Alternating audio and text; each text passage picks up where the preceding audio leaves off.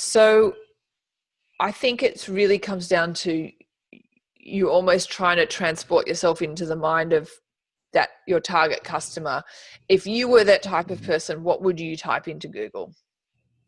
So you don't want to go for what's called top of funnel keywords, which would you're in insurance, is that right? Yes. It was a long-term care insurance. That's it. So I wouldn't bid on that, or I mean Right.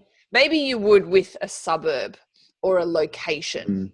Okay. Because that kind of when people add in locations, it kind of makes it very intent based. In my experience, so for example, so long-term care insurance, New Jersey, Right. and almost like the sub regions within New Jersey. I don't know the sub regions, but you could try go for keywords like that, and that's sort of very what's called long tail. Okay.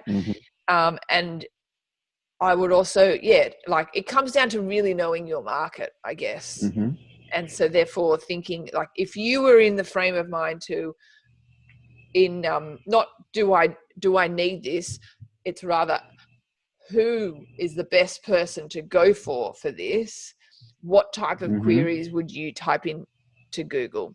So, I mean, I'm happy to look at your spreadsheet, but I think I'm not going to really know your market that well to make those decisions.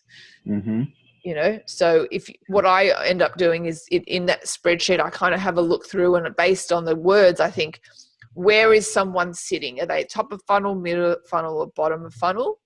And I just highlight in green the ones that I think are bottom of funnel. But bear in mind, in the beginning, you're very much testing, but if you want, you can do that step, highlight the ones in green that you feel, if you or your target customer would be bottom of funnel. You can share it with me. I'm happy to have a look, and we can have a look together if you want. I'm happy to help you like that.